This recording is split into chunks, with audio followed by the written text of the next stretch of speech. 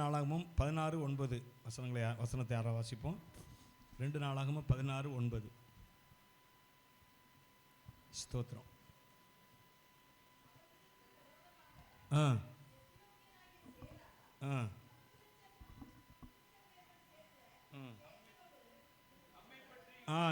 இங்க வாசிக்கிறான் பாருங்க. இந்த வசனம், தம்மை பற்றிய உத்தம இருதயத்தோடு இருக்கிறவர்களுக்கு தம்முடைய வல்லமை விளங்க பண்ணும்படி 16:9 16:9 தம்மை பற்றிய உத்தம இருதயத்தோடு இருக்கிறவர்களுக்கு தம்முடைய வல்லமை விளங்க பண்ணும்படி கர்த்தருடைய கண்கள் பூமி எங்கும் உலாவிக் கொண்டிருக்கிறது. கர்த்தருடைய கண்கள் பூமி எங்கும் உலாவிக் கொண்டிருக்கிறதாம். எதற்காக உலாவிக் கொண்டிருக்கிறது என்றால், எல்லாவற்றையும் அவருடைய கண்கள் பார்த்து கொண்டிருக்கிறது. ஆமென் சொல்லுங்க. எல்லாவற்றையும் அவருக்கு மறைவான சிருஷ்டி ஒன்றுமே இல்லையா. பைபிள் சொல்லுங்க, அவருக்கு மறைவான சகலமும் அவருக்கு முன்பாக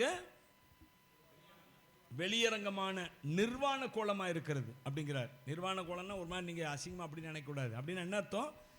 நாம் எத்தனை காரியத்தை மூடி மறைத்தாலும் அவருக்கு முன்பாக என்ன செய்ய முடியாது, எதையும் மறைக்க முடியாது என்பது தான் வேதவசனம் அப்படியாக நிர்வாண கோலமாக இருக்கிறது அப்படின்னு சொல்லி சொல்லுகிறது. எனவே அவருக்கு எல்லாம் வெளியரங்கமாக இருக்கிறது. ஒன்றை கூட அவருக்கு முன்பாக மூடி மறைக்க முடியாதான். அப்போது அவர் பார்த்து கொண்டே இருக்கிறார். உங்களுடைய வாழ்க்கையில் நடக்கிற எல்லா காரியத்தை பார்த்து கொண்டு இருக்கிறார். என்னுடைய வாழ்க்கையில் எல்லா காரியத்தை பார்த்து கொண்டு இருக்கிறார். உலகத்தில் நடக்கிற எல்லா காரியங்களும் அவர் பார்த்து கொண்டு இருக்கிறார். யாரும் அவருக்கு மறைக்கவும் முடியாது, மறைஞ்சு ஓடவும் முடியாது. ஹல்லேலூயா. மறைஞ்சு ஓட முடியாது, யாரும் ஓட முடியாது. எந்த காரியத்தையும் அவருக்கு என்ன செய்ய முடியாது, மறைச்சு வைக்க முடியாது. ராஜாக்கள் எத்தனையோ காரியங்கள் அவங்க செய்யலாம், ஆனால் அவருடைய கண்களுக்கு மறைவாக எதையும் செய்ய முடியாது.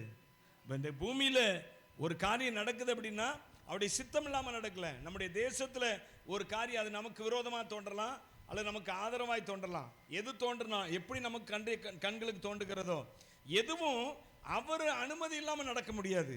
அல்லேலூயா. அதாவது எகிப்து தேசத்தில் பார்வோனிடத்தில் அவர் சொல்லுகிறாரு, என்ன சொல்றாரு, நான் என்னுடைய நாமத்தை பிரஸ்தாபப்படுத்தும்படியாகத்தான் உன்னை நான் நிலைநிறுத்தினேன் அப்படிங்கிறாரு. பார்வோன் அவன் மோசே மோசே ஆண்டவர் தான் அனுப்புகிறாரு. என்னாச்சு?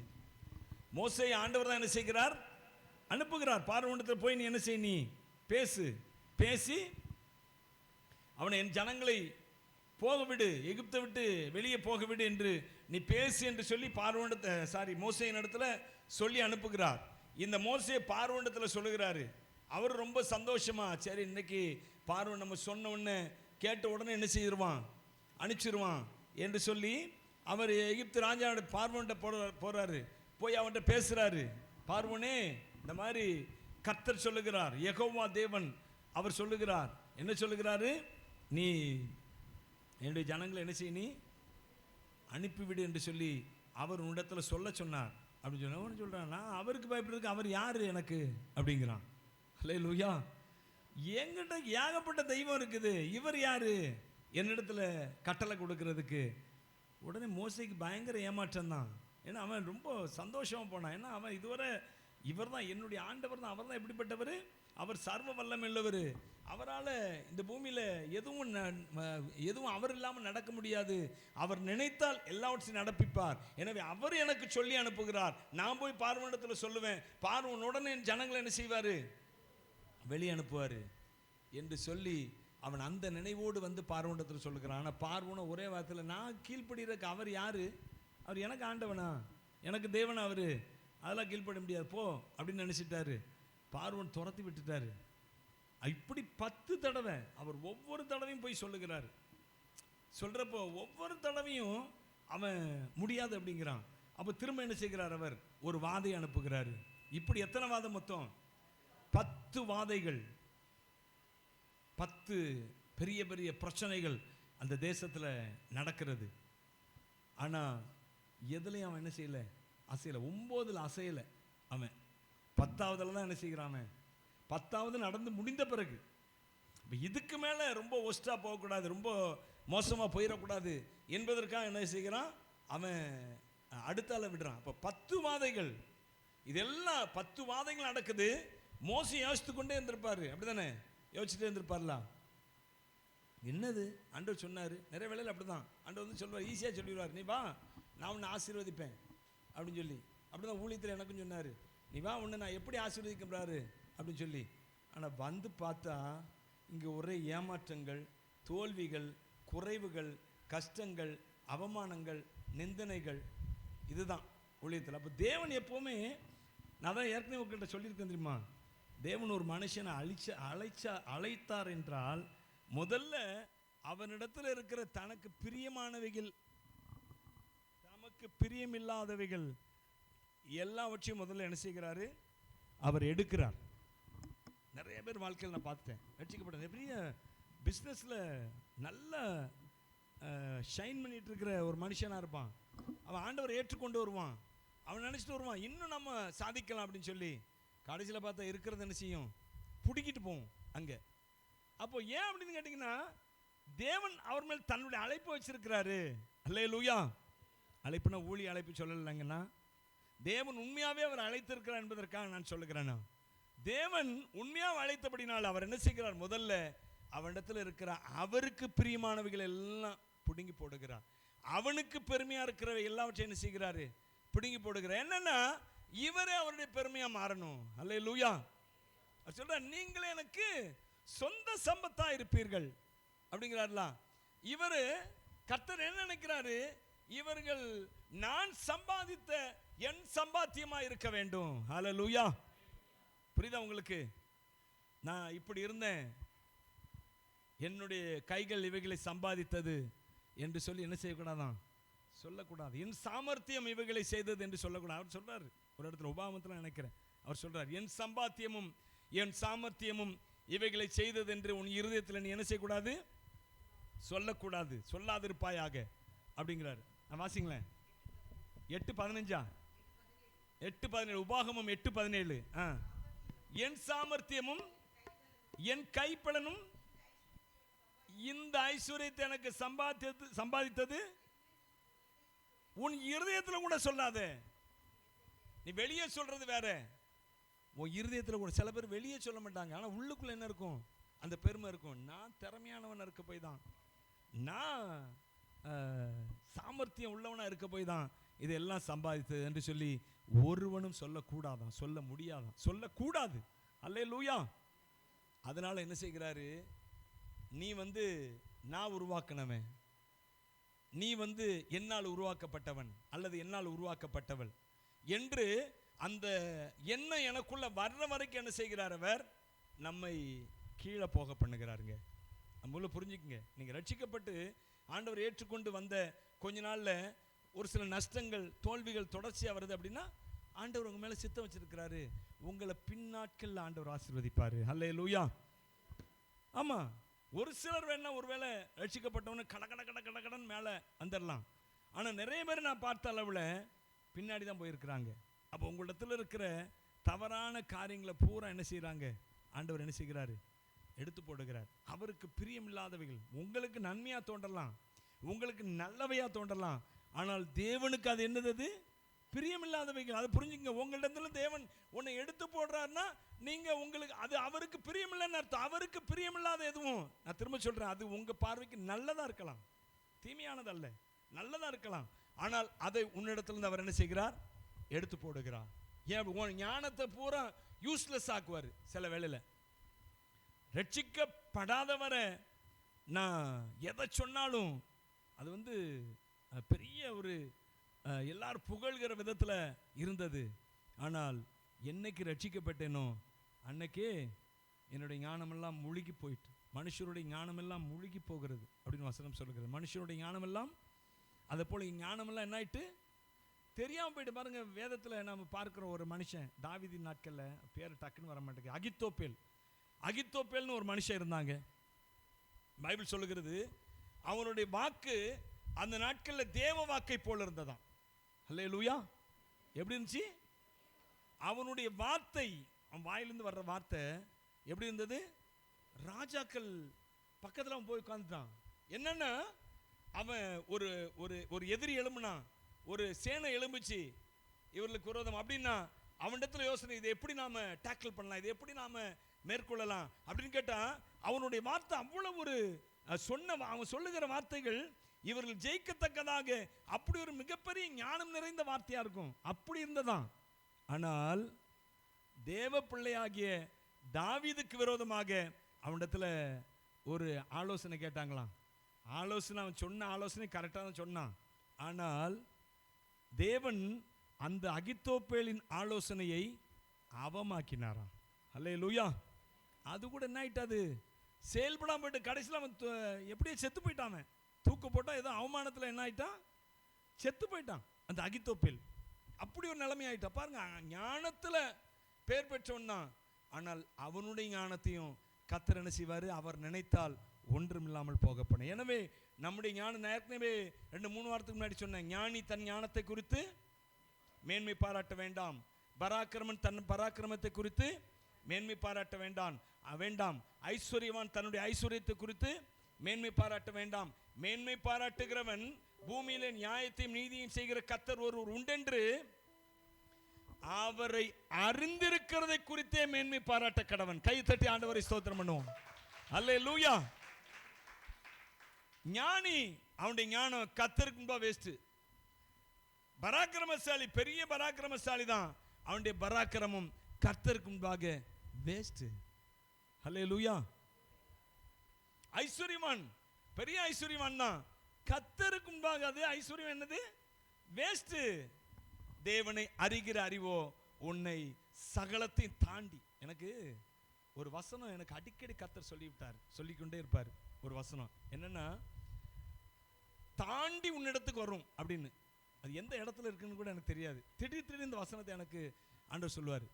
அதாவது என்ன சொல்றாரு, ஆண்டவர் ஐஸ்வர்யம் ஞானம் இதெல்லாம் அநேகரை தாண்டி உன்னிடத்துக்கு வரும் அப்படின்னு சொல்லி கர்த்தர் சொல்லுவார். அடிக்கடி சொல்லுவார், தாண்டி உன்னிடத்துக்கு வரும் அப்படி. இந்த வார்த்தை மட்டும்தான் வரும் எனக்கு, அடிக்கடி சொல்லுவார், தாண்டி உன்னிடத்திற்கு வரும் அப்படின்னு சொல்லி.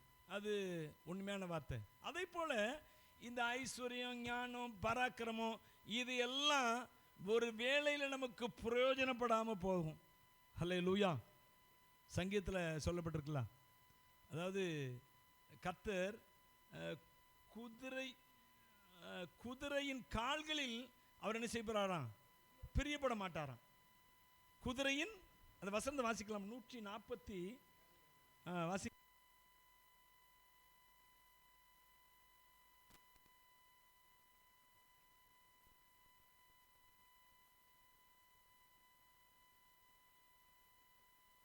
குதிரையின் பலத்தில் விருப்பப்பட மாட்டார் அவரு, வீரனுடைய கால்களில் வந்து செய்ய மாட்டாராம். ஐயா, உனக்கு ஞானம் இருக்கலாம், உனக்கு அறிவு இருக்கலாம், உனக்கு விவேகம் இருக்கலாம், உன் செல்வம் இருக்கலாம், உன்னிடத்துல ஐஸ்வர்யம் இருக்கலாம், உன்னிடத்துல பலம் இருக்கலாம், ஆனா இதெல்லாம் உனக்கு தகுதியான வேளையில தேவையான வேளையில பிரயோஜனப்படாம போயிடும். நீ மாத்திர கர்த்தரை நம்பாம இருந்தா. அல்லேலூயா. உன்னோட நம்பிக்கை யார் மேல இருக்கணும், தேவன் மேல இருக்கணும். அப்போ இன்றைக்கு கர்த்தர் சொல்லுகிறாரு, என்ன சொல்றாரு, தம்முடைய வல்லமையை யாருக்கு, தம்மை பற்றிய உத்தம இருதயத்தோடு இருக்கிறவர்களுக்கு தம்முடைய வல்லமை விளங்க பண்ணும்படி அவர் பூமி எங்கும் அவருடைய கண்கள் உலாவிக்கொண்டு, அவருடைய கண்கள் பார்த்து கொண்டே இருக்கிறதுங்க. பூமியில எல்லாவற்றையும் பார்த்து கொண்டு இருக்கிறது. யார் யார் எப்படி போறா, எங்க வாரா, என்ன செய்யறா. நீங்க நினைக்கலாம், சில வேளைகள் நாம வந்து கர்த்தர் பார்க்கிறார் என்ற அந்த உணர்வு இல்லாதபடிக்கு நிறைய காரியங்களை பேசிடுறோம், செஞ்சிடறோம். ஆனா அவருடைய கண்கள் பூமி எங்கும் உலாவிக் கொண்டிருக்கிறது.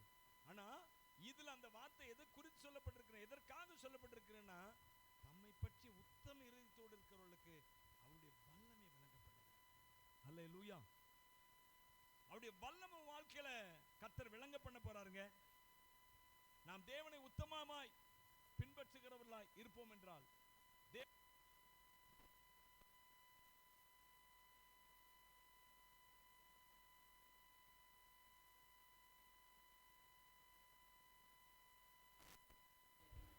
வல்லமை விளங்க.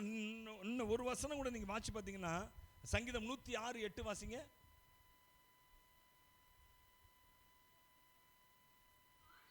ஆனாலும் பாருங்க, அவர் நம்மை ரட்சித்ததே எதற்கு தெரியுமா?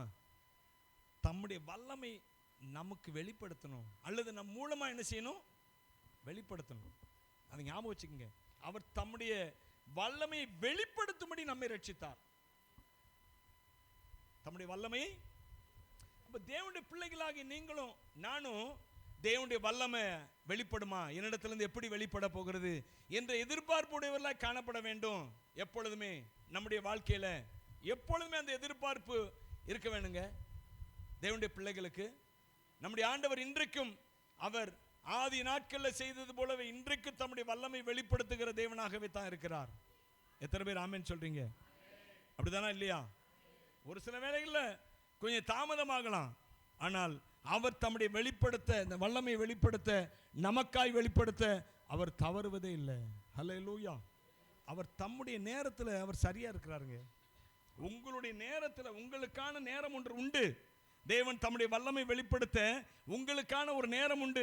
அந்த நேரத்தில் அவர் தம்முடைய வல்லமை வெளிப்படுத்துவார். வருகிற நாட்களில் உங்களுக்கு வெளிப்படுத்துவார். அதனால தான் கர்த்தர் இந்த காலவேளையில் உங்களோடு பேசிக் கொண்டிருக்கிறார்.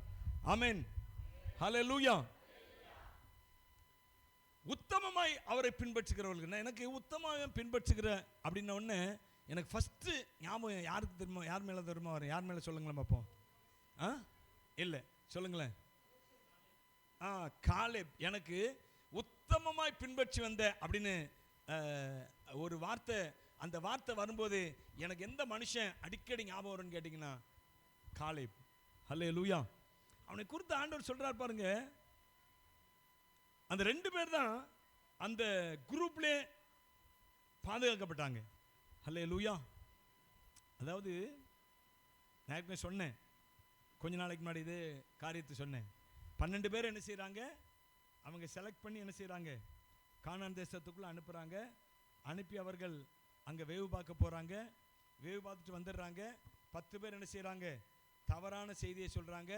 தவறான செய்தின்னு அதை சொல்ல முடியாது. அதுதான் என்னது? அதுதான் சரியான செய்தி. அவங்க கொண்டு வந்தது தான் கரெக்டான செய்தி, உண்மையான செய்தி. அதுதான் அந்த செய்தியை கொண்டு வராங்க. அவங்க என்னன்னு, அவங்க தேவன் என்ன சொன்னார் என்பதை மறந்துட்டு அப்படியே அங்கே நடக்கிறது அப்படி சொன்னாங்க. 10 பேர் அப்படி கொண்டாந்தாங்க. 2 பேர் யாரெல்லாம்? காலேபும் யோசுவாவும் என்ன செய்தாங்க?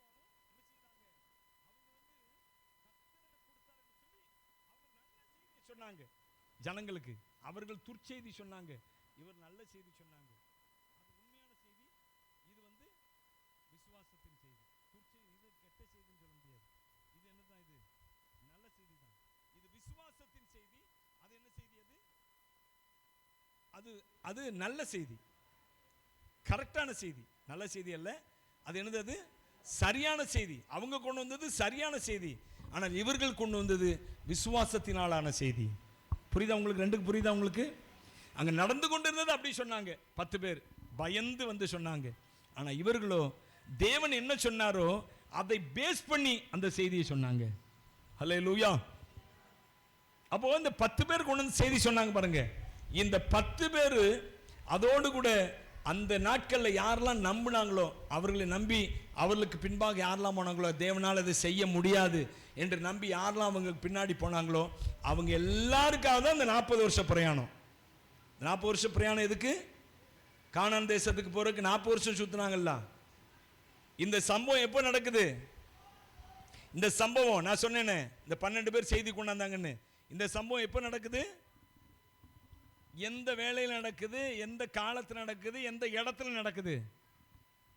எந்த இடத்துல நடக்குது சொல்லுங்க. காதேஸ் பர்னேயா. காதேஸ் பர்னேயா எங்க இருக்கு தெரியுமா?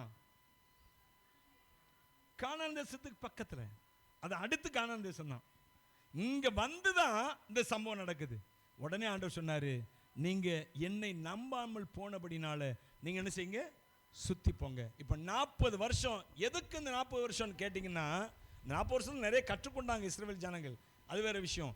ஆனால் முக்கியமாக தேவன் எதற்கு இதை செய்தார் என்றால், இந்த 40 வருஷம் அவர்களை சுற்ற வைத்தார் என்றால், இந்த 40 வருஷத்தில் யாரெல்லாம் அவரை விசுவாசித்து அந்த அந்த துர்ச்செய்தி கொண்டாந்தாங்களா, அவங்களை விசுவாசித்து போனாங்களோ, அவர்கள் எல்லாரும் இந்த வனாந்தரத்தில் என்ன செய்தார்கள்? மரித்து போனார்கள். தெரியுதா உங்களுக்கு? அவங்க எல்லாருன்னா எல்லாம் சின்ன பிள்ளைங்க அப்படிலாம் இல்லை. அந்த நேரத்தில் துர்ச்செய்தி சொன்ன பொழுது 20 வயதுக்கு மேற்பட்டவர்கள் எல்லாரும் அந்த 40 வருஷத்துல என்ன ஆயிட்டாங்க? மரித்து போயிட்டாங்க. இதுக்கு தான், அதாவது விசுவாசியாதவன் என்னுடைய சுதந்திரத்துக்குள்ள என்ன செய்வதில்லை. சத்தியம் தான். அந்த அந்த காரியம், அந்த 40 வருஷம் நடந்ததனுடைய ஒரு கருத்து சத்தியம் என்னன்னு கேட்டீங்கன்னா இதுதான். என்னை விசுவாசியாதவன் நான் அவனுக்கு கொடுத்த இடத்துல அவன் என்ன செய்வதில்லை, பிரவேசிப்பதில்லை என்று சொல்லி. அப்போ இந்த காலேப கர்த்தர் சொல்றார் பாருங்க. நீங்க எடுத்து வாசித்து பார்த்தீங்கன்னா பிரைஸ் தி லார்ட், என்னாமத்தின் புஸ்தகத்தில் praise the Lord, glory to Jesus, வாசிங்க 14 14:24. என்னுடைய தாசனாகிய காலேப் வேறே ஆவியை உடையவனாய் இருக்கிறபடியினாலும் உத்தமமாய் என்னை பின்பற்றி வந்தபடியினாலும்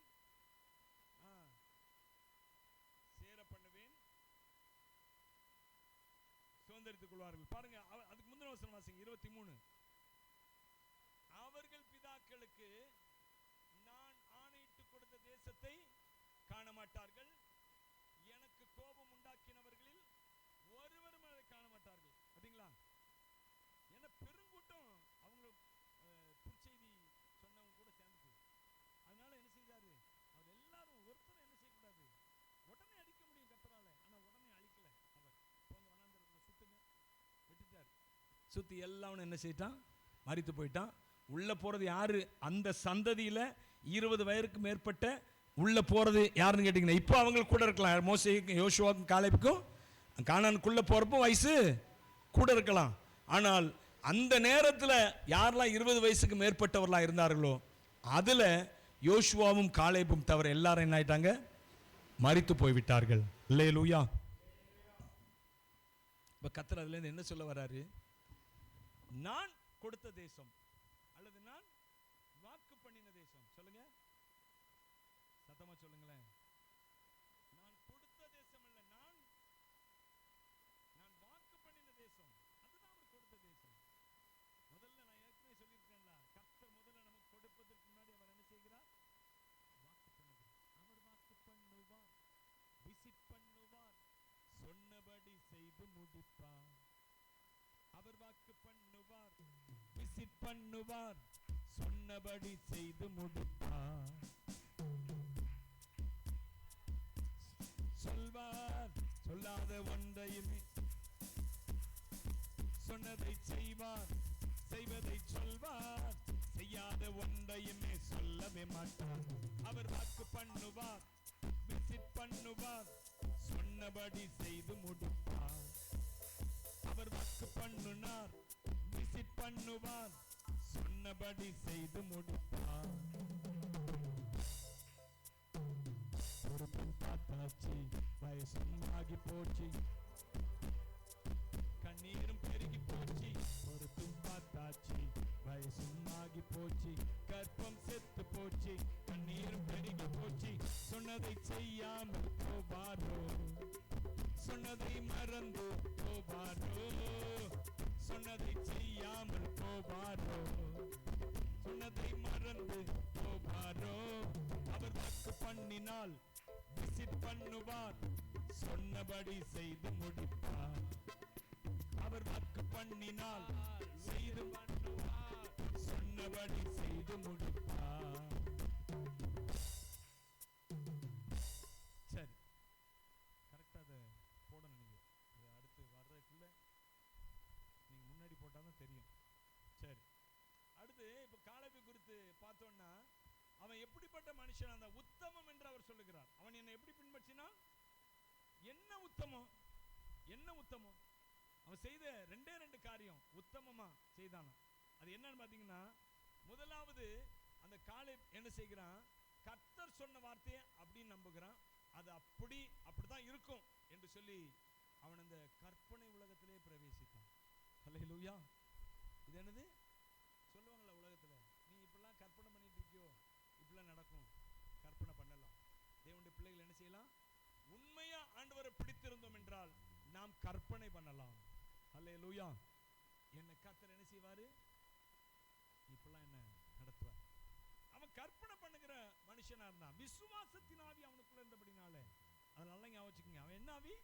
அவர் சொல்றாருல, அவன் தேவ ஆவியை உடையவனாய் இருந்தபடினாலும், அடுத்து என்னது, உத்தம இருதயத்தால் என்னை பின்பற்றி தேவ ஆவியை உடையவன், எனவே அவன் உத்தம இருதயம் உடையவன். தேவ ஆவி என்னன்னு கேட்டீங்கன்னா அதுதாங்க விசுவாசத்தின் ஆவி. அல்லேலூயா. தேவ ஆவியின் அபிஷேகம் பெற்றவங்க அப்படி நினைக்க கூடாது நீங்க. இதுல தேவ ஆவி என்னன்னு கேட்டா அவனுக்குள்ள அந்த விசுவாசத்தின் ஆவி இருந்தது. ஆமென் சொல்லுங்க. அல்லேலூயா.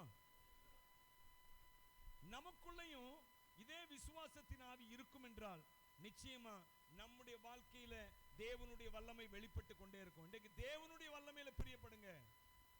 நாம் சொந்தமா செய்வதை காட்டிலும் அவருடைய வல்லமை வெளிப்பட்டால் என்னுடைய வாழ்க்கை மகிமையா மாறிடும், என்னுடைய ப்ரொஃபஷன் மகிமையா மாறிடும், என்னுடைய ஞானம் மகிமையா மாறிடும், என்னுடைய பிள்ளைகள் மகிமையாய் மாறுவார்கள். அல்லேலூயா.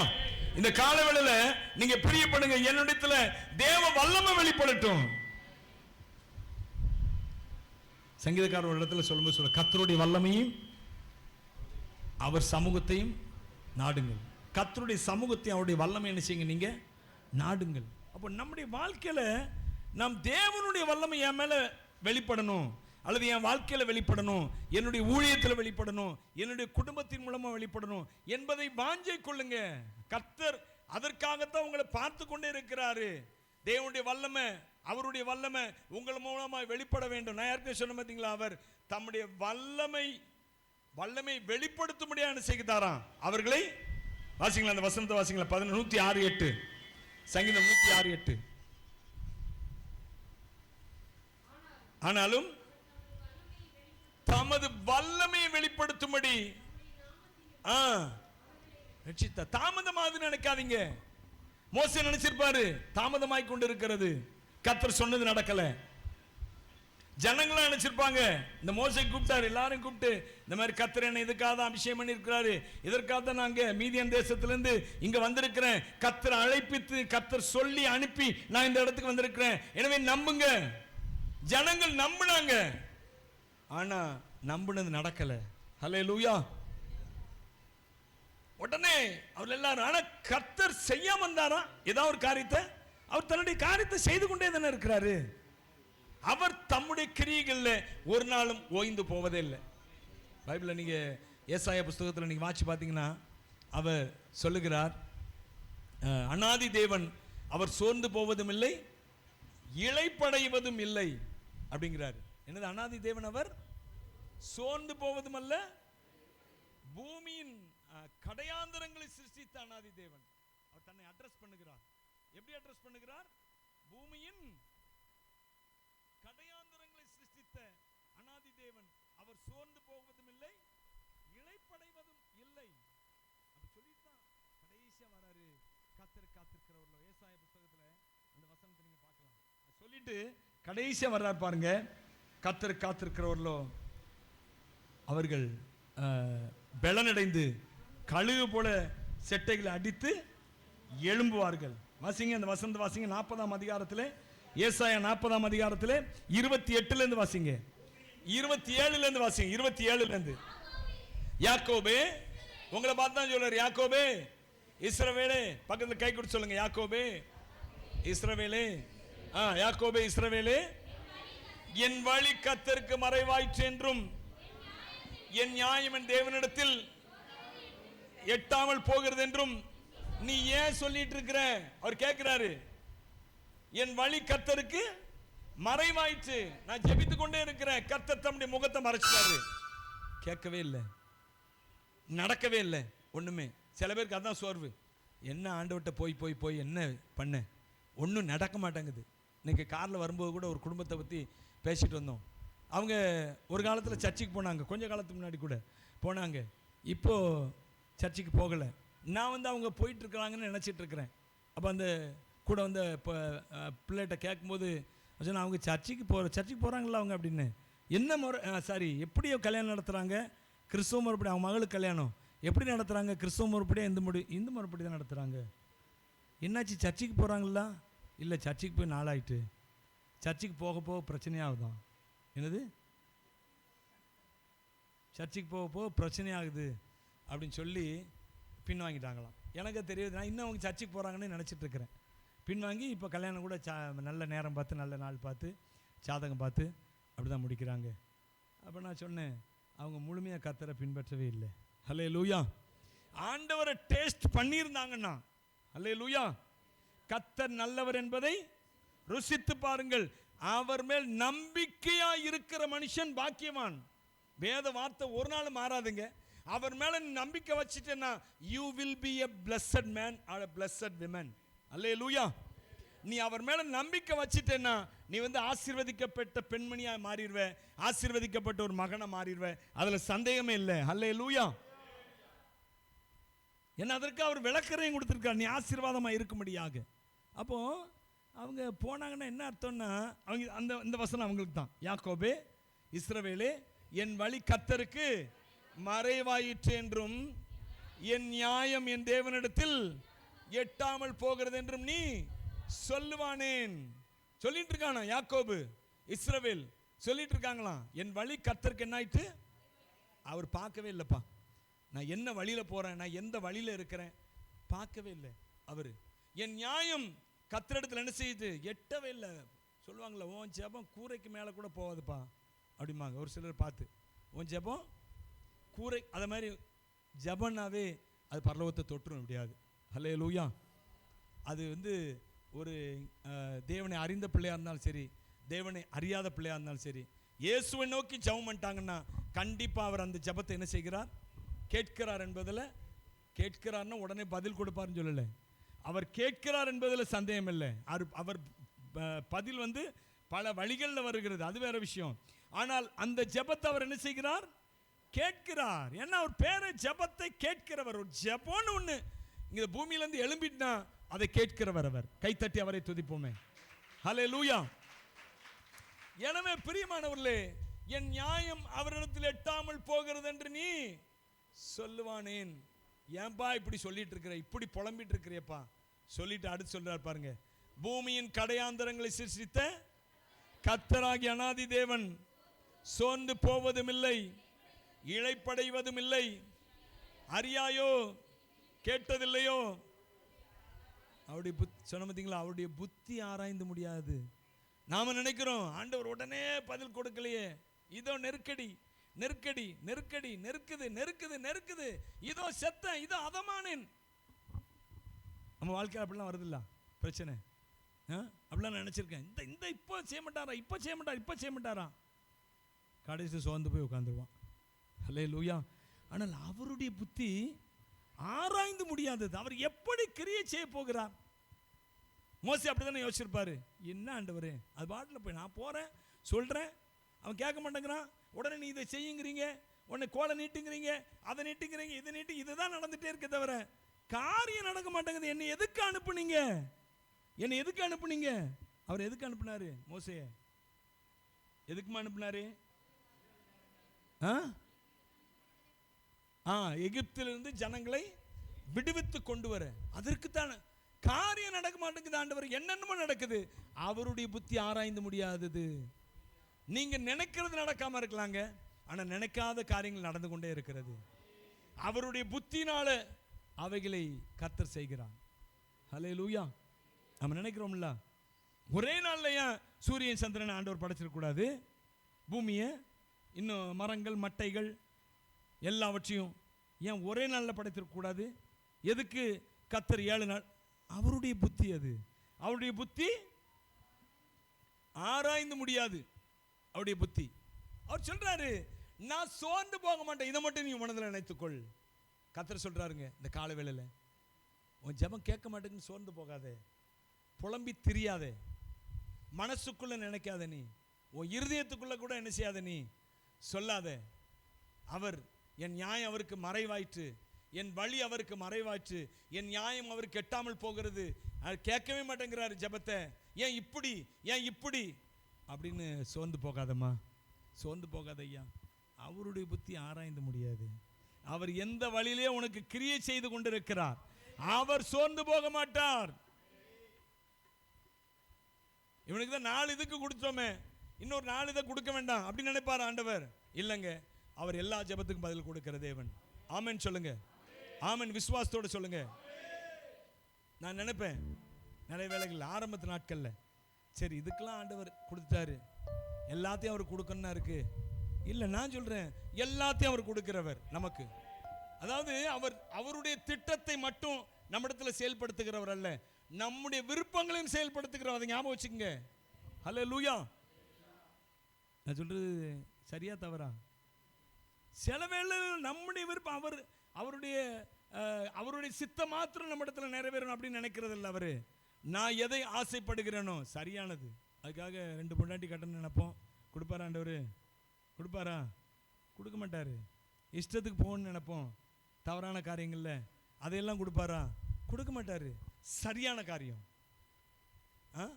அவருக்கு சாட்சியா நிற்கத்தக்கதான சரியான காரியத்தை நாம் விருப்பப்படுவோம் என்றால் அதையும் கொடுக்கிற தேவனாய் இருக்கிறார். அவர் உமது மன விருப்பத்தினுடைய உமக்கு தந்தருளி உமது ஆலோசனைகளை நிறைவேற்றுவார். என்னது? என்னுடைய ஆலோசனை நிறைவேற்றுகிற கர்த்தர். நான் அவருக்கு ஆலோசனை சொல்லலாம். ஆண்டவரே இது கொடுத்தா நல்லா இருக்குமே. அவருக்கு ஆலோசனை சொல்றேன்னா அவருக்கு நீங்க இப்படி செய்யலாம் அப்படி செய்யலாம் திட்டம் போட்டு கொடுக்குற சொல்லனா. சில வேளைகள் ஆண்டவரே என் வாழ்க்கையில் இப்படி நடந்தா நல்லா இருக்குமே ஆண்டவரே அப்படின்னு சொன்னா அந்த ஆலோசனைகளை கர்த்தர் நிறைவேற்றுவாராம். கையை தட்டி ஆண்டவருக்கு ஸ்தோத்திரம் பண்ணுவோம். ஹல்லேலூயா. எனவே பிரியமானவர்களே, அவர் சோர்ந்து போகவே மாட்டார். உனக்கு உன் ஜெபத்துக்கு பதில் கொடுக்கிறதுல, உன்னுடைய விண்ணப்பங்களை கேட்கிறதுல அவர் என்ன செய்கிறது இல்லை? சோர்ந்து போகிறது இல்லை. இளைப்படை, ஐயோ இவ்வளவு கொடுத்துட்டேன், நான் ரொம்ப டயர்டாயிட்டேன்பா, இனிமேல் நான் என்ன செய்ய மாட்டேன், உனக்கு கொடுத்து கொடுத்து ஓஞ்சி போயிட்டேன் சொல்லுவாங்களா? உலக பிரகாரமாக பெற்றோர் ஒவ்வொரு பிள்ளைகள் அப்படியே கடன் வாங்கி செலவழிச்சுட்டு அழிச்சிக்கிட்டே இருப்பான் சொத்தை. உடனே சொல்லுவாங்க, எப்பா உனக்கு கொடுத்து கொடுத்து முடியலப்பா, நான் கொடுத்து கொடுத்து நான் சோர்ந்து போயிட்டேன், இனி எனக்கு ஒன்றா என்ன செய்ய முடியாது, கொடுக்க முடியாதுப்பா, என்னால் முடியாது. தேவன் அப்படி இளைப்படைவதில்லையா. அனாதி தேவன் சோர்ந்து போகிறதும் இல்லை, அவர் இளைப்படைவதும் இல்லை. அல்லேலூயா. இந்த கால வேளையில் சொல்றாருங்க, உங்களுக்கு செய்கிறதுல அவர் ஒரு நாளும் இளைத்து போக மாட்டார், நாள் பட உங்களுக்கு செய்து கொண்டே இருப்பாரு. ஆமென். அதுக்கு தான் அவருக்கு பேர் என்னன்னு கேட்டீங்கன்னா, அவர் ஐஸ்வர்யத்தில் ஐஸ்வர்ய சம்பனர், மனதுருக்கத்தில் மகத்துவம் உள்ளவர், தயவு பெருத்தவர். ஏன் அப்படின்னா அவர் கொடுத்து கொண்டே இருப்பார். அல்லேலூயா. வாழ்வழிக்கும் வள்ளல். சொல்லுங்க எல்லாரும். அவருடைய ஜீவன் ஆராய்ந்து அளந்து முடியாதது. அந்த ஜீவனுக்குள்ளே தான் எனக்கு ஆசீர்வாதம் நன்மைகள் வந்து கொண்டே இருக்கு. அந்த ஜீவன் தான் உனக்குள்ளே எனக்குள்ளே இருக்குது. எத்தனை பேர் ஆமென் சொல்றீங்க? அவர் தம்முடைய ஆவியில் நமக்கு தந்தருளினதுனாலே அப்படின்னு சொல்லி பைபிளில் யோவான் நிருபத்தில் சொல்லும்போது சொல்லுங்க, அவர் தம்முடைய ஆவியில் நமக்கு தந்தருளினாராம். ஏன் அப்படின்னா நம்முடைய ஆவியிலிருந்து தரும்போது நமக்கு எல்லாமே பூரணமா இருக்கும். ஹல்லேலூயா. அவருடைய ஜீவன் நமக்குள்ளா இருக்கிறது, அது பரிபூரண ஜீவன். அவருடைய ஜீவன் எப்படிப்பட்ட ஜீவன் சொல்லுங்களேன்? அவருடைய ஜீவன். எனவே பிரியமானவர்களே, அவர் ஒரு நாளும் உங்க ஜெபத்தை தள்ள மாட்டாரு. அவர் உங்களுக்கு கொடுக்கிறதுல சோர்ந்து போக மாட்டாரு. உங்கள் விண்ணப்பத்துக்கு பதில் கொடுக்கிறதுல இளைப்படைய மாட்டார். இளைப்படைவதுன்னா தெரியுதா உங்களுக்கு? இளைப்படைவதுன்னா என்ன அர்த்தம்? டயர்ட் ஆகிறது. கொடுத்து கொடுத்து கொடுத்து கொடுத்து நான் வீணா போயிட்டேன், நான் சோர்ந்து போயிட்டேன் சொல்லவே மாட்டார். அவர் கொடுத்து கொண்டே இருப்பார். அல்லேலூயா. எனவே பிரியமானவர்களே, நீங்க சொல்லாதீங்க நியாயம் கர்த்தருக்கு தெரியாமல் போகிறது, அவரிடத்தில் எட்டாமல் போகிறது என்று என்ன செய்யாதீங்க, சொல்லாதீங்க. அவர் தம்முடைய வல்லமையை உங்களுக்கு விளங்க பண்ணும்படி பக்கத்தில் கை கொடுத்து சொல்லுங்க, அவர் தம்முடைய வல்லமையை உங்களுக்கும் எனக்கும் விளங்க பண்ணும்படி பூமி எங்கிலும் அவர் கண்கள் நம்மையே பார்த்து கொண்டிருக்கிறது. ஹல்லேலூயா. பூமியில எத்தனையோ காரியங்கள் இருந்தாலும் அன்றைக்கு எருசலேமின் ஆலயத்தை அவருடைய கண்கள் இரவும் பகலும் நோக்கி கொண்டே இருந்ததாம். ஏன்னா அதன் மூலமா தான் அவருடைய நாமம் மகிமைப்பட போகிறது. கையை வைத்து ஆமென் சொல்லுங்களேன். ஹல்லேலூயா. எத்தனை இடங்கள் இருக்குது பூமியில. எவ்வளவு பெரிய இஸ்ரவேல் சின்ன தேசங்க. அந்த சின்ன தேசத்துல ஆலயம் சின்ன பொடி, ஒரு புள்ளி சொல்லலாம். ஆனா கர்த்தர் சொல்றாரு, இரவும் பகலும் என் கண்கள் அதன் மேல் நோக்கமாயிருக்கும் என்று சொல்லி. எனவே எனக்கு பிரியமான தேவனுடைய பிள்ளைகளே, உங்க மேல என் மேல கர்த்தர் நோக்கமாயிருக்கிறார். எதற்கு தெரியுமா? வல்லமை வழங்க பண்ணும்படி. சாதாரண ஒரு நன்மையை கொடுப்பதல்லங்க, இது வல்லமை என்பது பெருசு. வல்லமை என்பது பெருசு. அவருடைய வல்லமை என்னிடத்தில் வெளிப்படும் போது எல்லாரும் நம்மை ஆச்சரியத்தோடு பார்ப்பார்கள். தங்கள் புருவத்தை உயர்த்தி, இவனுக்கு இப்படியா, எனக்கா இத்தனை கிருபை, என்மே அளவற்ற கிருபை, எனக்கா இத்தனை கிருபை, என்மே அளவற்ற கிருபை, என்னை விட இத்தனை பேர் தகுதியாக இருந்தும் என்ன மட்டும் கிருபை என்று தேடி வந்ததே. என்னை விட இத்தனை பேர் நல்லவனாக இருந்தும் என்ன மட்டும் கிருபை என்று உயர்த்தி வைத்தது. உங்க கிருபை என்னை வாழ வைத்தது, உங்க கிருபை என்னை பாட வைத்தது, உங்க கிருபை என்னை வாழ வைத்தது, உங்க கிருபை என்னை தூக்கி சுமக்குது. பயனற்ற நிலத்தை போல மறக்கப்பட்டவன் நான், அறுவடை காணாமல் பணிந்து போனவன் நான். பயனற்ற நிலத்தை போல மறக்கப்பட்டவன் நான், அறுவடை காணாமல் பணிந்து போனவன் நான். தரிசனமான தரிசனத்தை வைத்து அறுவடையை துவக்கி வைத்தவரே,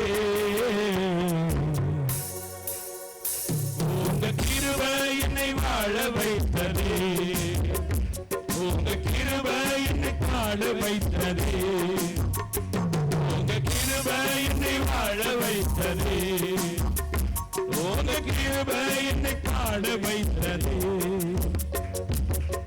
தோல்வியின் ஆழங்களில் மூழ்கி போனவன் நான், வாழ்ந்திடும் நோக்கங்களை இழந்து போனவன் நான். தோல்வியின் ஆழங்களில் மூழ்கி போனவன் நான், வாழ்ந்திடும் நோக்கங்களை இழந்து போனவன் நான். தரிசனத்தை வைத்து அறுவடையை துவக்கி வைத்தவரே, உங்க கிருபை என்னை வாழ வைத்தது, உங்க கிருபை என்னை பாட வைத்தது, உங்க கிருபை என்னை வாழ வைத்தது, உங்க கிருபை என்னை தூக்கி சுமக்குது. அல்லேலூயா. எல்லாரும் புருவத்தை இவனுக்கா இவளுக்கா என்று பார்க்க வைப்பாருங்க. ஏன்னா இப்படி பார்க்கன்னா உனக்கு ஒரு சாதாரண ஆசீர்வாதத்தையோ, ஒரு வீடு, கொஞ்சம் பணம், அது காலியான உன்னை திரும்ப ஷார்டேஜ், இப்படி உன்னை ஆண்டவர் ஆசீர்வதிச்சா அவருடைய வல்லமை வெளிப்படுறதில்லை. கர்த்தர் உன்னை ஆசீர்வச்சிருக்கிறார், அவ்வளவுதான். அவருடைய வல்லமை வெளிப்படுவது என்றால் எல்லாரும் உன்னை பார்ப்பதுங்க. ஆச்சரியமா, எனக்கா இத்தனை கிருபை, அளவற்ற கிருபை, எனக்கா இத்தனை கிருபை, என் மேல் அளவற்ற கிருபை, என்னை விட எத்தனை பேர் தகுதியாக இருந்தும் என்ன மட்டும் கிருபை என்று உயர்த்தி வைத்தது. என்னை விட எத்தனை பேர் நல்லவனாக இருந்தும் என்னை மட்டும் கிருபை என்று சுமந்து கொண்டது. உங்க கிருபை என்னை வாழ வைத்தது, உங்க கிருபை என்னை பாட வைத்தது, உங்க கிருபை என்னை வாழ வைத்தது, உங்க கிருபை என்னை தூக்கி சுமக்குவே. அதுதாங்க வல்லமை. நம்மை எல்லோரும் பார்க்கத்தக்கதாக, அதுதான் வேணும். நீங்க அப்படி நினைங்க. தேவனை அப்படி வைக்கணும். வெறும் ஆவிக்குரிய ஆவிக்குரிய ஆவிக்குரிய ஆவிக்குரிய வாழ்க்கையில் ஆசீர்வதிச்சாலும் தேவனும், அதாவது நான் ஏற்கனவே சொல்லியிருக்கேன் எத்தனை முறை, உங்க அறிவின்படி தான் கர்த்தர் உங்களை உயர்த்துவார். அல்லேலூயா. வேதத்தை நீங்க அறிந்து கொள்ளுகிற முறை இருக்கு பார்த்தீங்களா? நான் ஆவிக்குரிய வாழ்க்கையில் மட்டும் நல்லா இருந்தால் போதும்ப்பா, மற்ற விஷயத்தில் நான் எப்படி இருந்தாலும் பாரு. ஏன் அப்படி சொல்லணும்? மற்ற விஷயத்தில் கீழே போவீங்களா? சொல்லலாம். ஆனால் ஒரு நஷ்டம் வந்தால் தாங்குவீங்களா? ஒன்றும் இல்லாமல் நாளைக்கு சாப்பாடு கூட இல்லை அப்படின்னா தாங்குவோம் நம்ம. ஒருவேளை முந்தி வேணா அப்படி தாங்குற ஆட்கள் இருந்துக்கலாங்க. இப்போ ரொம்ப கம்மி. அப்படி ஓடி போயிடறான் பின்னாடி. யாரோ ஒருத்தர் ரெண்டு பேர் தான். எத்தனை பிரச்சனைகள் வந்தாலும் நான் தேவனுக்காக நிற்பேன், அப்படி நிற்கிற ஆட்கள் ரொம்ப கம்மி இந்த நாட்களில். அதனால இந்த நாட்களில் அநேகர் பிரசங்கிக்கிறாங்க என்னென்னா பொருளாதார ஆசீர்வாதமும் தேவை. ஆமென், ஹல்லேலூயா. எல்லாரும் பவுல் அல்ல. பவுல் தான் சொன்னார், எனக்கு போதும், கிறிஸ்து எனக்கு ஜீவன், சாவி எனக்கு ஆதாயம். அப்படின்னு எத்தனை பேர் இங்கே இருக்கிறீங்க?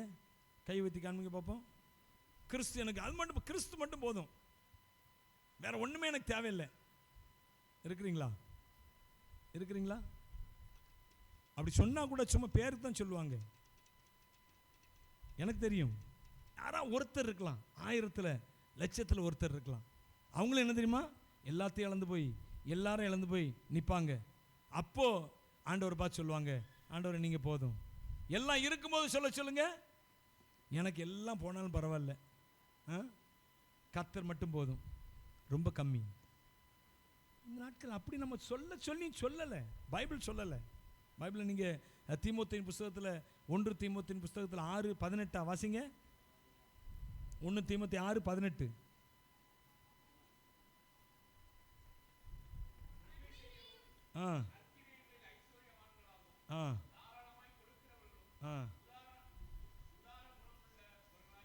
இருக்கவும்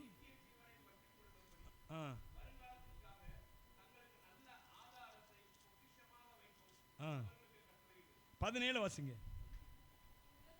இவ்வுலகத்திலே ஐஸ்வர்யம் உள்ளவர்கள் இருமாப்பான சிந்தை உள்ளவர்களாயும் இராமல் நிலையற்ற ஐஸ்வர்யத்தின் மேல் நம்பிக்கை வையாமலும் நாம் அனுபவிக்கிறதற்கு, நல்ல கவனிங்க, இதைத்தான் நான் சொல்ல வந்தேன், நாம் அனுபவிக்கிறதற்கு சகலவித நன்மைகளை நமக்கு எவ்வளவு எவ்வளவு கிரேட்டா சொல்றார் பாருங்க அவரு.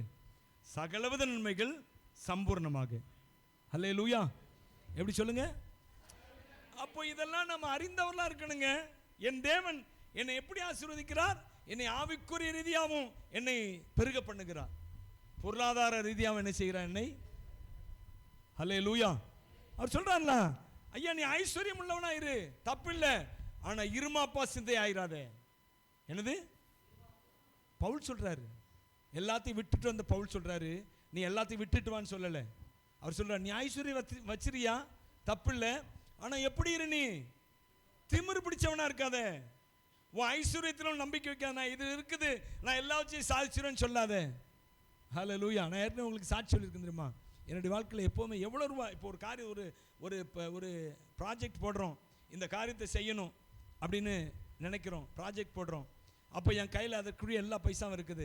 அப்போ நான் ஆண்டவர்கிட்ட என்ன சொல்கிறேன் தெரியுமா, ஆண்டவரே நீங்கள் தான் இந்த தேவைகளை என்ன செய்யணும், சந்திக்கணும். ஆண்டவரே என் கையில் இருக்கிற பைசா திடீர்னு ஏதாவது ஒரு காரியத்துக்கு போய் ஒன்றுமே இல்லாமல் என்ன செய்வேனா, அப்போ எனக்கு என்ன வந்துடக்கூடாது, என் கையில் இருக்குது, நான் என்ன செய்யலாம், இதெல்லாம் செஞ்சு முடிச்சிடலாங்கிற என்ன செய்யக்கூடாது, வரக்கூடாது. அப்போவும் என்ன தான், ஆண்டவரை நான் உண்மை நம்பி இருக்கிறேன்.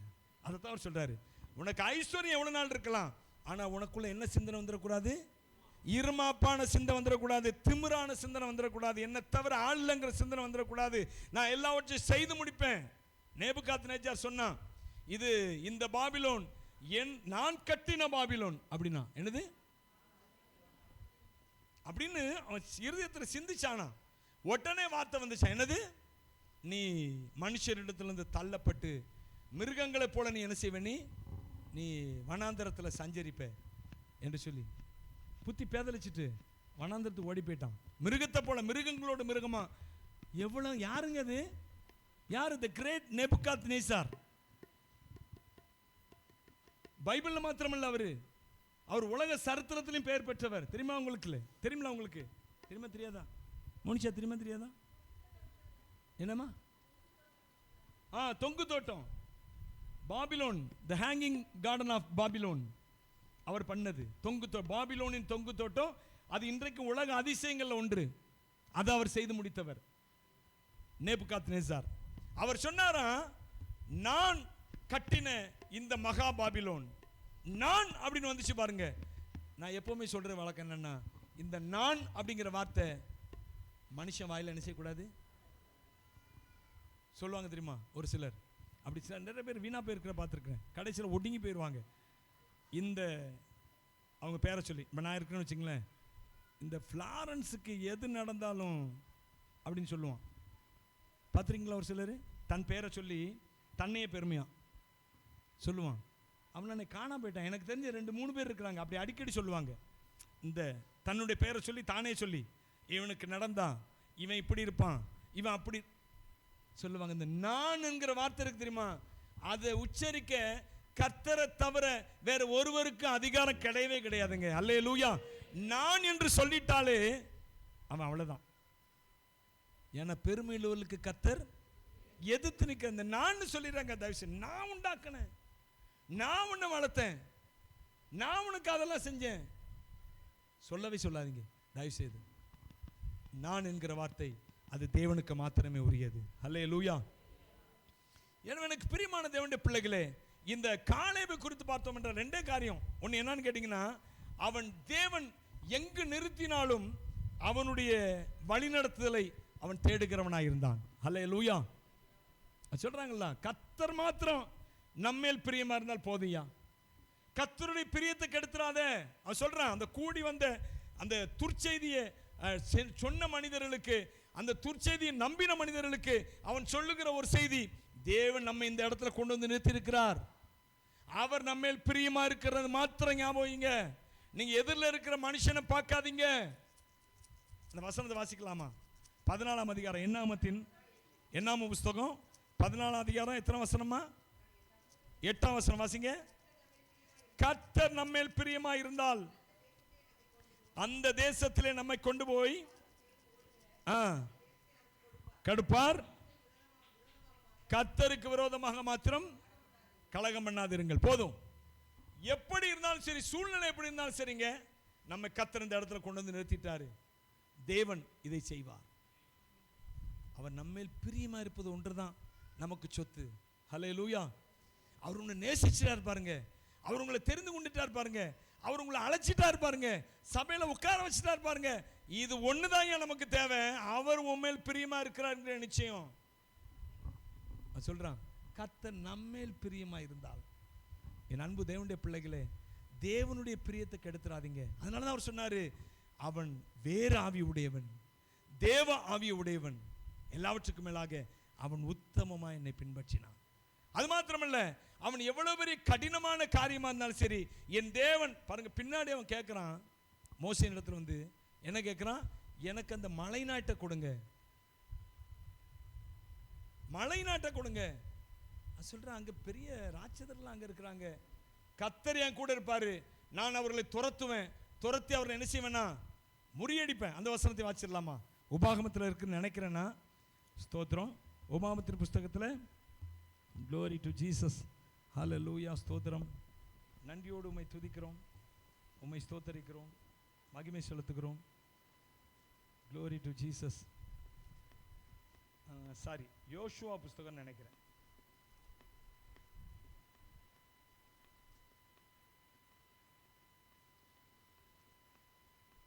ஸ்தோத்திரம். நன்றி செலுத்துகிறோம், நன்றி செலுத்துகிறோம்.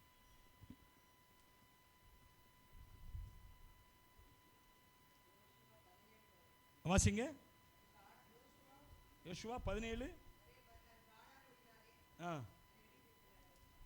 இல்லை, அவை காலேப் வந்து சொல்லுவான், நான் வந்து எனக்கு அந்த மலை தேசத்தை தாங்க, நான் போய் என்ன செய்வேன், அதை நான் அங்கே இருக்கிற எல்லாரையும் நான் முறியடித்து. வாசிங்க. யோசுவா 14:10 தானே? 14:15 வாசிங்க. 14 யோசுவா 14ஆம் அதிகாரத்திலே 12 வசனத்தை வாசிங்க. கர்த்தர் அந்நாளிலே சொன்ன இந்த மலை நாட்டை எனக்கு தாரும், அங்கே ஏனாக்கியரும் அரணிப்பான பெரிய பட்டணங்களும் உண்டென்று கேள்விப்பட்டீரே. அவனே சொல்றான் பாருங்க, அங்க இருக்கிற தடையும் சொல்றான். என்னது? அங்க இருக்கிற தடையை சொல்றான். கர்த்தர் அந்நாளில சொன்னார். ஒன்று, அந்த வசனத்தை வாசிங்கன்னா 12ல் கர்த்தர் அந்நாளில எனக்கு சொன்னார். ஒன்று, அதை தருவேன்னு சொல்லிட்டாரு. அடுத்து சொல்றாரு, அங்கே ஏனாக்கியர் இருக்கிறாங்க, அரணிப்பான பெரிய பட்டணங்கள் உண்டு, இதெல்லாம் உண்டு, எனக்கு தெரியும். ஆனாலும் சொல்றா பாருங்க, கர்த்தர் என்னோடு இருப்பாரானால் கர்த்தர் சொன்னபடி அவர்களை துரத்தி விடுவேன் என்றான். அப்பொழுது யோசுவா எப்புனேயின் குமாரனாகிய காலேபை ஆசீர்வதித்து எபிரோனை அவனுக்கு சுதந்திரமாக கொடுத்தான். வாசிங்க தொடர்ந்து. ஆதலால் கேனாசியனான எப்புனேயின் குமாரனாகிய காலேப் இஸ்ரவேலின் தேவனாகிய கர்த்தரை உத்தமமாய் பின்பற்றினபடியால் இந்நாள் மட்டும் இருக்கிறபடி சுதந்திரமாயிற்று. கிரியாத் அர்பா என்ற பெயர் இருந்தது.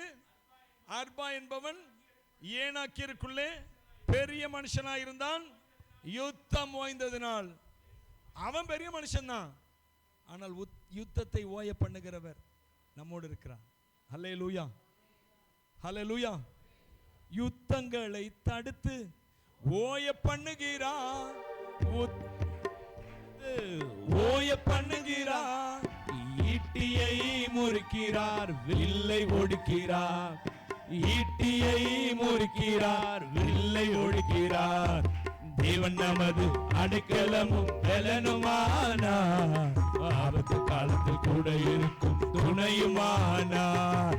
தேவன் எனது அடைக்கலமும் பலனுமானார், ஆபத்து காலத்தில் கூட இருக்கும் துணையுமானார். சேனைகளின் கர்த்தர் நம்மோடு இருக்கிறார். சேனைகளின் கர்த்தர் நம்மோடு இருக்கிறார். யாக்கோபின் தேவன் என் உயர்ந்த அடைக்கலம், யாக்கோபின் தேவன் என் உயர்ந்த அடைக்கலம். தேவன் எனது அடைக்கலமும் பலனுமானார், ஆபத்து காலத்தில் கூட இருக்கும் துணையுமானார். தேவன் எனது அடைக்கலமும் பலனுமானார், ஆபத்து காலத்தில் கூட இருக்கும் துணையுமானார். ஐயா, தேவாவி உடையவன்னா எதுக்கு அஞ்ச மாட்டான்? ஹல்லேலூயா. எதுக்கு அஞ்சாதீங்க? உங்களோடு இருக்கிறவர் தேவன் கர்த்தர் பெரியவர். அவர் உங்களுக்காக வல்லமை விளங்க பண்ணும் படிக்குத்தான் உங்களை ரட்சித்தார். ஹல்லேலூயா. உங்களை ரட்சித்த எதற்கு தெரியுமா? உங்களை எதுக்கு சபை கொண்டா தெரியுமா? உங்க மூலமாக அவர் தன்னுடைய வல்லமை என்ன செய்கிறார்? விளங்க பண்ணுகிறார், விளங்க பண்ணுவார். நம்புங்க. சொன்னா அங்க ஏனாக்கு பெரிய மனுஷன் தான், பெரிய ராட்சதன் தான். அரணிப்பான உள்ள போக முடியாதவனுக்கு பட்டணம், கோட்டை கட்டப்பட்ட பட்டணங்கள் தான். ஆனால் என்னாச்சு? தேசம் அதை பிடிச்சான், ஏனாக்கிற அடக்கினா, தேசத்தை பிடிச்சான், தேசம் அமைதலாய் மாறியது. ஹல்லேலூயா. நமக்கு முன்பாக இருக்கிற சவால் பெருசுதான். மனுஷங்க ஏராளமான பேர் எதிர்ப்பு தான். நமக்கு முன்பு இருக்கிற சவால் பெருசுதான்.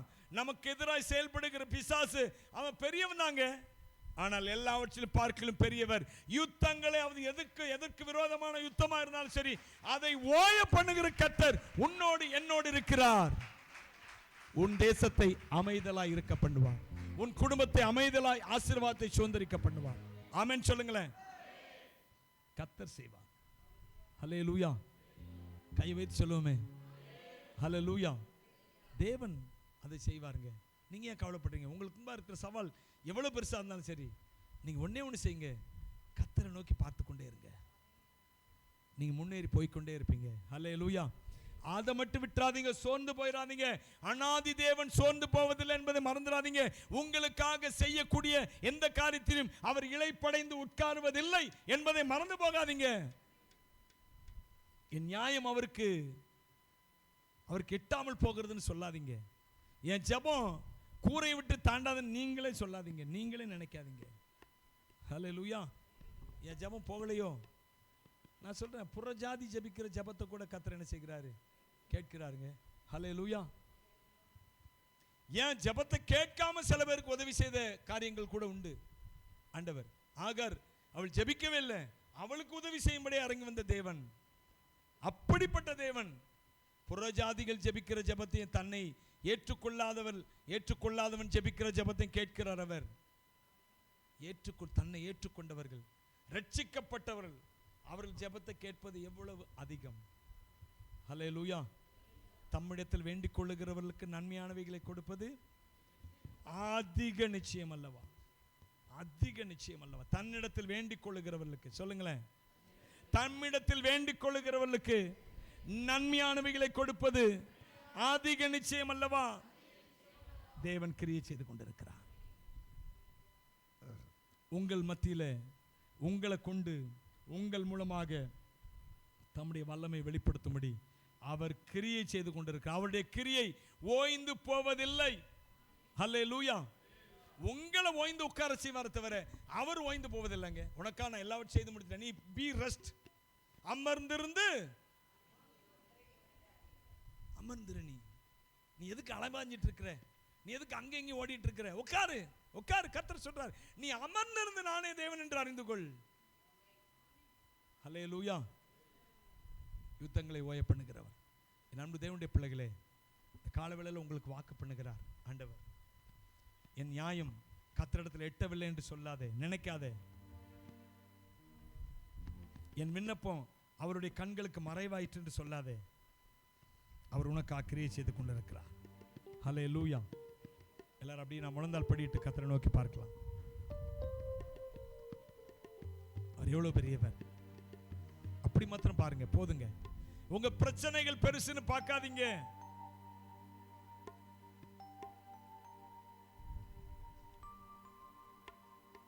அவர் உனக்காக காரியங்களை செய்து கொண்டிருக்கிறார். He is doing something for you. அவர் உனக்காக காரியங்களை செய்து கொண்டிருக்கிறார். இன்னமும் ஆண்டவர் கர்த்தர் ஒப்பு கொடுங்க. நீங்கள் அமர்ந்திருந்து நானே தேவன் என்று அறிந்து கொள்ளுங்கள். கர்த்தர் சொல்றாருங்க, நீ அமர்ந்திரு, புலம்பாதே, அலைபாயாதே, அங்கங்க ஓடாதே. அதற்கு நீ என் சமூகத்துக்கு வா, உன்னை ஒப்புக்கொடு. சுயம் கிரீச்சை ஒப்பு கொடுக்காதே, மாம்ச கிரீச்சை விட்டுறாதே. தேவன் மேல் நம்பிக்கையாரு, தேவன் மேல் நம்பிக்கையாரு. கர்த்தர் சொல்றார், ரீபாலா ஷந்தாலா தூராபா ஷாக்காரா தகாரா தூராதானா முஷாதாரா பலபா. தேவன் மேல் நம்பிக்கையாரு. இடைவிடாமல் அவரை நம்பிக்கொண்டிரு. ஒரு நோக்கா காரியங்களை செய்து கொண்டிருக்கிறார். கர்த்தருடைய ஆவியின் இந்த கால வேளையில உங்களோடு பேசிக் கொண்டிருக்கிறார்.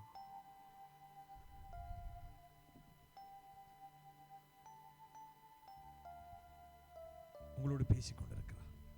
ஆண்டவர் கர்த்தரை ஒப்புக் கொடுங்க. ஆண்டவரே, நீங்க வாழ்க்கையில் நன்மை தான் செய்து கொண்டிருக்கிறீங்கப்பா. நான் நம்புகிறேன். நான் தொடர்ந்து உண்மை நம்புகிறேன். தொடர்ந்து உண்மை நம்புகிறேன். கர்த்தரிடத்தில் ஒப்புக் கொடுக்கலாமா? எத்தனை பேர் சோர்ந்து போனீங்க? எத்தனை பேர் பலனற்று போனீங்க? ஐயோ, என் ஜெபம் கேட்கப்படவே மாட்டேங்குது, ஏன் இப்படி ஆண்டவர் பேசாம இருக்கிறாரு நினைச்சீங்கல்ல? வேண்டாம், விட்டுருங்க. என் தேவன் அவர் சோர்ந்து போவதில்லை, அவர் இளைப்படைவதில்லை. என்ன, அவர் அனாதி தேவன், பூமி சிருஷ்டித்த தேவன். அவர் தன்னுடைய கிரியைகள்ல ஒரு நாள் சோர்ந்து உட்காருவதில்லை. அவர் ஒவ்வொரு நாளும் கிரியை செய்து கொண்டே இருக்கிறார். அவர் மனுஷகுமாரனுக்கு தலை சாய்க்க இடமில்லை என்று சொன்னாரு ஆண்டவர். அவர் இடத்தை தேடவே இல்லை. அவரு அதான், அவருக்கு இடமில்லை என்று இல்லை, அவர் இடத்தை தேடவே இல்லை தலை சாய்க்க. ஒரு இடத்துல படகுல தூங்கிட்டு இருந்தார்னா அது சீஷருடைய விசுவாசத்தை பலப்படுத்த முடியாத தூங்கினாரு இயேசு. படகுல தான் தூங்கினான்னு போட்டிருக்க தவிர வேற எந்த இடத்துலயும் படுத்தாரு தூங்கினான்னு போடல. உனக்காக அவர் கிரியை செய்து கொண்டிருக்கிறார். எத்தனை பேர் சொல்லுங்க, என்னுடைய தவறை மன்னிங்க ஆண்டவர், என் சிந்தனையில் இப்படி சிந்தித்தேன்ப்பா, என்னை மன்னிச்சிருங்கப்பா. எனக்காக கிரியை செய்கிறாரா என்று நான் சிந்தித்தேன். ஆண்டவர் உட்கார்ந்துட்டாரோ அப்படிதான் தோணுதுன்னு சிந்தித்தேன். ஆண்டவர் ஒப்பு கொடுங்க. ஆண்டவரே, வேண்டாம் ஆண்டவர், நான் இப்படி சிந்திக்கல, இனி அப்படி சிந்திக்க மாட்டேன். கையை வைத்து காண்பிப்பீங்களா? உண்மையா அப்படி சிந்திச்சவங்க கையை வைத்து காண்பீங்க. என் தவறுகளை மன்னிங்கப்பா. நீங்க ஜெபத்தை கேட்கல என்று சொல்லி நான் நினைச்சேன், என் தவறை மன்னிங்க. கையை வைத்து ஆண்டவரத்துல ஒப்பு கொடுத்துருங்க, ஒப்பு கொடுத்துருங்க. கர்த்தர் உங்களுக்காக கிரியை செய்து கொண்டிருக்கிறார் என்பதை இந்த நாள்ல நம்புங்க. அந்த காலை நம்பினா அவன் தேவ ஆவி உடையவன், எந்த நேரத்திலையும் சோர்ந்து போகல, எதை பார்த்தும் பயப்படல, கலங்கல. கர்த்தர் என்னோடு இருப்பாரானால் என்றான் அவன். கானான் தேசத்தையும் அவர் தருவாரு. கானான் தேசத்துக்குள்ள எனக்குரிய பகுதி கடினமான ஒரு பகுதியா இருந்தாலும் அந்த தேசத்தை எனக்கு தருவார் என்பதில் அவன் மிக நம்பிக்கையா இருந்தான். அதே போல நான் நம்பிக்கையா இருக்கேன். கையை வைத்து சொல்லுங்க. உண்மையா அப்படி சந்தேகப்பட்டவங்க உங்க கையை வைத்து சொல்லுங்க. நானும் அதே போல நம்பிக்கையா இருப்பேன் ஆண்டவரே. எந்த சூழ்நிலையிலும் நீர் என்னை கைவிட மாட்டீர் என்பதில் நான் நம்பிக்கையா இருக்கிறேன். உங்களுக்காக ஜெபிக்கிறேன். நல்ல பிதாவே ஸ்தோத்திரம். இயேசுவின் நாமத்தில் ஆண்டவரே, கடந்த நாட்களில் ஒருவேளை ஒரு அவிசுவாசமாக சிந்தித்திருக்கலாம் ஆண்டவரே. ஆனால் பூமியை சிருஷ்டித்த அனாதி தேவனாகிய நீர் சோர்ந்து போவதும் இல்லை, இளைப்படைவதும் இல்லை. எங்களுக்காக நீர் கிரியை செய்து கொண்டே இருக்கிறீர். உம்முடைய வல்லமை எங்கள் மத்தியில் விளங்க பண்ணும்படி உம்முடைய கண்கள் எங்களை பார்த்து கொண்டே இருக்கிறது. பூமி எங்கும் உலாவுகிற கண்கள் எங்களை பார்த்து கொண்டு இருக்கிறது என்று நம்புகிறோம். கர்த்தர் அப்படியே செய்கிறக்கா ஸ்தோத்திரம். இயேசு கிறிஸ்துவின் நாமத்தில் பிதாவே, ஆமென். என் ஆத்துமாவே கர்த்தரை ஸ்தோத்திரி, என் முழு உள்ளமே அவருடைய பரிசுத்த நாமத்தை ஸ்தோத்திரி. என் ஆத்துமாவே கர்த்தரை ஸ்தோத்திரி, அவர் செய்த சகலவல்ல மறவாதே. ஆமென். நம்முடைய கர்த்தராகிய இயேசு கிறிஸ்துவின் கிருபை, பிதாவாகிய தேவனுடைய அன்பு, பரிசுத்த ஆவியின் ஐக்கியம் நம்முடையோடு கூட இருப்பதாக. வானத்தின் மீதில் வருவார், வானத்தின் மீதில் வருவார், புதர்கள் சூழ ராஜனாக மகிமையோடு வேகம் வந்திடுவார்.